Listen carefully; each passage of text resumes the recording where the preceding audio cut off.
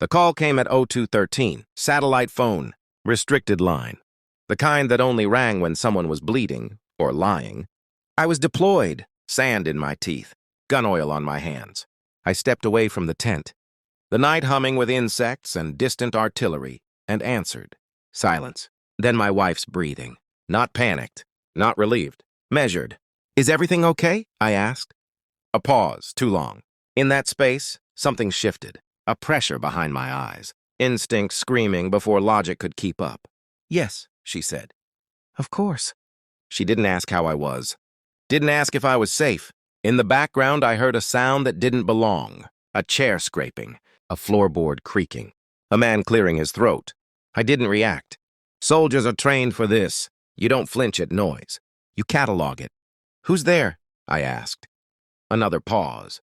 No one, she said quickly. Too quickly. You're imagining things. I imagined a lot of things out there, but never wrong. When the call ended, the night felt closer, like it was leaning in, listening. I stood there longer than I should have, replaying the call in my head, the tone, the rhythm, the way she said my name as if it belonged to someone else now. 3 weeks later, the package arrived at base, photos of our newborn son. He was beautiful, pink, perfect. I stared at his face, searching for myself. My nose, my eyes, anything. I found nothing. I told myself it was the angle, the lighting. Babies change, but doubt doesn't announce itself. It seeps. My brother visited her while I was gone. He always had. He said it was to help. Groceries, repairs, protection. I trusted him. Blood does that to you. On video calls, she held the baby close, but never long enough. Always adjusting. Always turning him away from the camera. I noticed things no one else would. A necklace she stopped wearing. Late replies.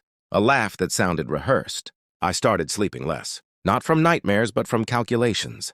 Dates, timelines, leave schedules. The math didn't scream. It whispered. When I finally came home, she cried in my arms. My brother stood in the doorway, hands in his pockets, eyes on the floor. Welcome back, he said. I smiled. That night, I held the baby alone for the first time. He opened his eyes and looked at me. There was no recognition. No hecho. Just distance. That's when I knew I wouldn't confront anyone. Not yet. Truth doesn't rush. It waits for the perfect moment to destroy everything at once. I put the baby back in his crib, walked into the bathroom, locked the door, and stared at my reflection.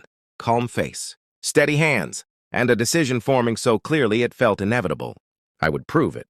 Silently, precisely. And when the truth came, no one would be ready. I started small. Phone records first. Nothing overt. Just patterns. Times that didn't match. Silent gaps. A name that appeared too often. My brother's. I watched. Not her. Not him. My own reactions. Every heartbeat. Every twitch. Every attempt at calm I had to manufacture to keep my cover. I requested the DNA test quietly. Anonymous. Professional. Precise. No mistakes. Days passed. Weeks stretched. I moved through the house like a ghost. Smiling. Helping with chores. Asking questions I already knew the answers to. Every word, a trap. Every glance, a calculation. She didn't notice. Or maybe she did. Either way, it didn't matter. The envelope came the day I returned from a run. White, clinical, cold. I didn't open it immediately. I set it on the counter, took a breath. I listened to the baby coo. Watched her adjust his blanket. The weight of the betrayal pressed in, but I didn't flinch. Slowly, I tore it open. The numbers were stark. Unmistakable. The truth stared back at me. He wasn't mine. Never had been. I went to her that evening. She was folding laundry. Baby asleep in the nursery? I held the report between us. No words. Just the document. Her hands shook. Eyes widened. I didn't raise my voice. I didn't scream. Explain, I said quietly. The words barely escaped. A whisper. Not a plea. Not a demand. Her breath caught. She tried denial, then excuse, then tears. I let her cycle through each. Like watching a storm I knew would break eventually. I folded the report, laid it on the table, stepped back. The baby, you, him, all of it. She couldn't speak. No words left her. I let the silence hang. My brother called that night. I didn't answer.